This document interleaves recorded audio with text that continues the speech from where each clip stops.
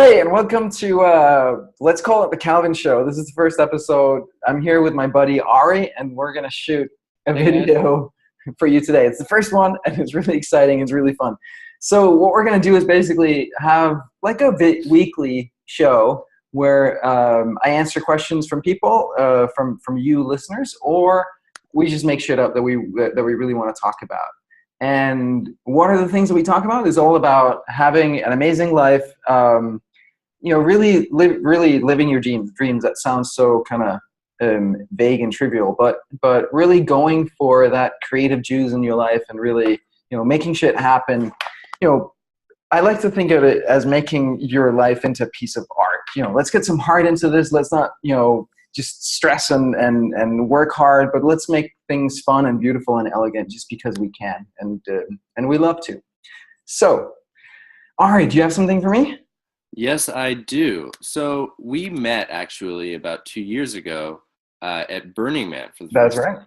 And we've talked a lot about how that was kind of an instigator for change for you. And one of your loyal followers asked what you experienced at Burning Man. So I would like to know what you experienced and how it changed you. Oh, wow. Yeah, you were there. Oh, that was so exciting. So I had heard about Burning Man, I think 15 years ago, 16 years ago when I first lived in New York. And it was always on that list of things that I wanted to do, but I, kind of never got around to. And then I met the other Ari Kalfayan at Wisdom 2.0 that must be 2014, February 2014. So pretty much exactly 2 years ago. I wasn't planning on going to that Wisdom 2.0. I'd been a couple of years before, and then like last minute, I got on the wait list, and then I got a ticket, and then I bought a plane ticket, and then my flight got canceled because of this freaking snowstorm, and I was just about to be like, oh, screw it, it's too much of a hassle. I'm not going to be able to make it because like it was literally the day off. And so I booked another ticket, which ended up costing me like $1,000 for just the one-way ticket, so I could make it to that stupid conference. And I went, and I'm so glad that I went. The conference itself was amazing, but also, meeting the other Ari, which in turn led me to meet you. So that was just a little bit of a preamble. So I went, and it's this crazy thing in the desert, right? And it was so confusing because like, it's warm, but you can't wear flip-flops, and why not? And you need to wash your feet in vinegar, and you need to have goggles, and what are these, like, masks, and like, and do you use like these, or bandana, or what do you use for that? And like, oh shit, you got to bring all your water. And I was going to fly from New York to Oakland to meet with some people and then drive in an RV, and I needed a bike, and I needed all my water, and would I be like, where would I get all this stuff? And it was crazy, but in the end, it wasn't as like it was much simpler than I thought it was going to be. In particular because of the camp that I was in with the other Ari and with you, Disco Chateau. But so there are a couple of things that happened. There's three specific things that happened to me at Burning Man that was really major breakthroughs for me. I ended up spending a lot of time alone, just wandering around Deep Playa and just experiencing things and going to some workshops and stuff. And I don't know how much time. Oh, well, I'll just go into it. So the first thing was kind of the simplest, which was that we were throwing a party at our camp one night, and we'd been sponsored a bunch of Grey Goose and other alcohol and stuff. And I was reminded how in college I really loved to be a bartender. That was the thing I enjoyed the most. And so I really wanted to do that again. So I was like, I want to be a part of the bar here. And, they were already teamed up and they had their team. And I was like, no. I just elbowed my way into that. I was like, I want to do this. And I ended up being in the bar like all freaking night, just 6 or 8 hours or something, just like all the time because I loved it so much. And this, like, mixing drinks and serving drinks for people. And it turned out, I thought I kind of knew a bit about this stuff, but it turned out I knew almost nothing. I could make like a Moscow Mule or a gin and tonic, but I had never heard of an old fashioned, and I really didn't know anything about cocktails, really. I'd heard of a margarita. I mean, I had a margarita, but I didn't really know what it was for real. Yeah. But then there was this Jason guy who was running the bar, and he really knew what he was doing. So I just latched on to him, and I sucked everything that I could from him, and just saw like how kind of organized and how there's a method to it. It wasn't just like throwing shit in a glass. And that just made me want to study this. And so when I came back home, I bought 10 books on Amazon, and I bought like liquor and the gear, and started to practice and really get into it. And I ended up getting a really cool gig at a really cool fancy restaurant bar here in New York called Acme, and where they taught me. So on the job kind of. And so that was really exciting. I still use it. We throw parties here all the time, and I'll make our own cocktail menu and just make strings for people, and I love it. It's so much fun. Cool. Yeah, so that was one thing that I got out of it. The other specific thing that I got out of it was stuff about me and my sexuality and my relationship to women, that I just discovered that there was like a whole new layer. There were parts I kind of knew, but it just opened up in a massive big way for me. And one night I was at the temple, and I got to there's this temple out in Deep Playa. It's built new every year, and then it's burnt down, after at the end of the thing. And I went there one night, and I was like, people talk about how magic this place is. I'm not really getting it. But it's beautiful, and like people have written stuff, and people are clearly emotional and things like that. And so I was like, all right, whatever. So I sat down in front of the altar, which is in the middle here. And I sat down and just, calmly, nothing special. And then I felt compelled to get a pen and paper and write some stuff down. And I hadn't brought anything. So there was a guy next to me who had paper and a pen. So I was like, excuse me, can I borrow yours? And he gave me, and I wrote down just like, 10, 15 words. And it was about, my mom and forgiveness and sexuality and things. And it wasn't, I don't remember the exact words, but it wasn't very long. And then I handed him back his pen and the pad, and I sat and held this piece of paper. And then I crumbled it up and threw it into the center with the altar. And then I just started crying. And the guy was really deep sobbing. And the guy next to me with a pen, he came over and he gave me a hug and for a minute, and then, went back, and then someone else came and gave me a hug and sat for a few seconds. And then I just kept sitting there and I kept crying. And then this woman came in out of nowhere with this weird thing that made sounds, and it's middle of the night, so everybody has these lights on, LEDs. It's really crazy. Mm-hmm. And she sat down next to me, and I think she sat with me for 45 minutes while I just sat there crying and sobbing. And towards the end, we started talking a little bit, and she was like, if there's anything you feel like sharing, and just tell me. And it was really magical on a lot of levels for me.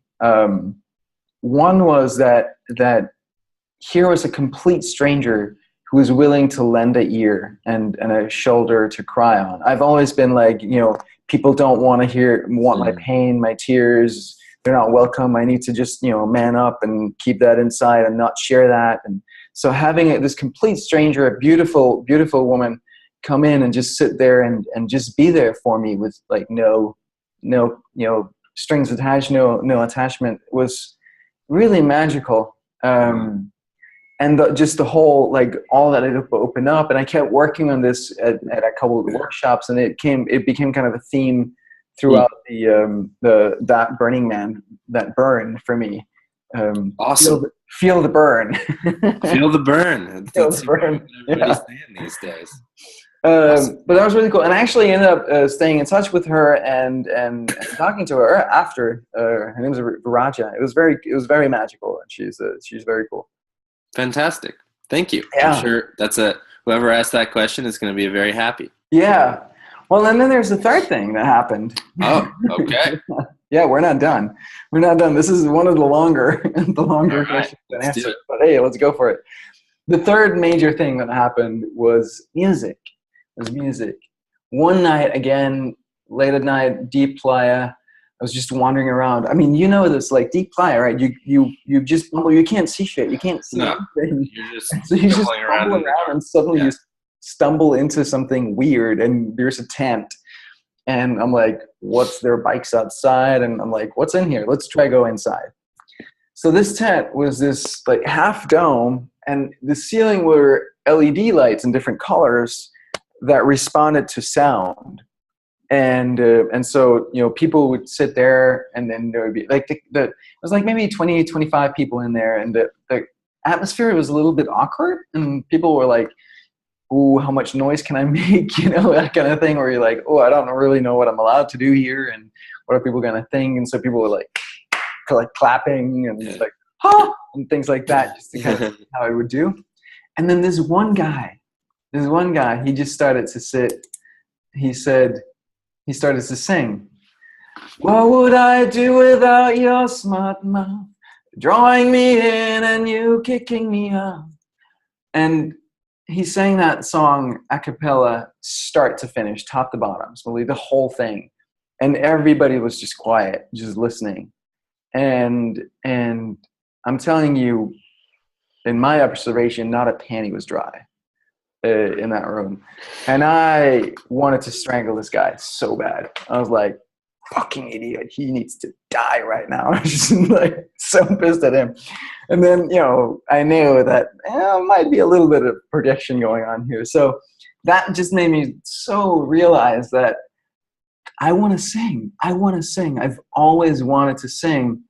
But early on, I did when I was, I don't know, 9 or 10 or something. I got this cheap ass microphone, like $5 microphone, but it looked like one of those, like, you know, dynamic microphones that you see people use on a stage. So I thought it was, hey, I didn't know anything. And I recorded myself singing into a tape recorder. This was back in the 80s, right? So I was like, words, doom, doom, doom, don't come easy to me. It was one of my favorite songs when I was a kid. That's awesome. I really felt that way so deeply. That's so great. And I listened back, and it sounded so awful. And, you know, whether it was the sound of my voice or the microphone or the tape or just like, I mean, it was definitely not a pro recording, and I didn't know shit about this, but it just sounded so awful that I vowed never to sing again. And then about 10 years later, I was performing with this group where we would travel around. There's like a show about how rock and roll came to Denmark, and I was playing piano, and then they needed a third harmony on some chorus for some song, and then they were like, hey, Calvin, or Lars as I was back then, come on over and you do the harmony. And then did it like one or two run throughs, and then the guy who ran the show, he's like, yeah, you stick with the piano. And that hurt so bad, right? Because now I was like, oh, I was so scared of this, you know, how awful my voice was to begin with. I was convinced that it was like equivalent to raping people's ears, and they would be permanently damaged from the sound of my voice. And then I gave it a shot, and then I got shut down again. So basically shut me down for another 20 years until Burning Man. And I saw this guy. I'd actually taken a voice lesson before, one or two, but it hadn't really clicked. But this guy just made me realize, holy shit, I want to do this. I need to do this. I need to do something with it. If it's not like, I had no intention of like actually, you know, making real music or like performing or anything like that, but I just knew that I needed to use my voice from seeing this guy. And I'm sure so many people have had similar experiences with something, whether or not it's singing. Exactly. Yeah. But and even, I mean, particularly singing, I think is something that happens a lot, right? Somehow, most people don't like the sound of their own voices, and yeah. Yeah, so seeing him just made me realize. I mean, that's always a great sign. If there's something that you're really envious of, or you want to kill them, maybe Right. that's a pointer to something that you want to do something about. So yeah, so that made me realize that. And when I came back after Burning Man, I immediately called up this voice teacher that I'd been recommended to talk, like introduced to. I've been referred to her. Sorry, her name is Lorraine.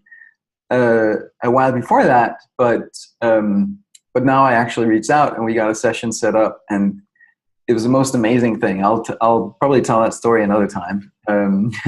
But but yeah, those were the things that I got out of Burning Man. So from what I understand, every burn is different for every person, and it's just the best advice I can give is totally go. If you feel, I mean, yeah, if you feel drawn to it, for sure go.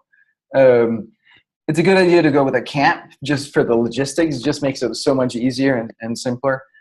And then explore, take chances, go out alone, explore, be open to whatever happens. It's an amazing experience. So Fantastic. yeah, you've been there. Have been there twice now, right? Yeah, so I went. My first year was also your first year, and then Exactly. Yeah.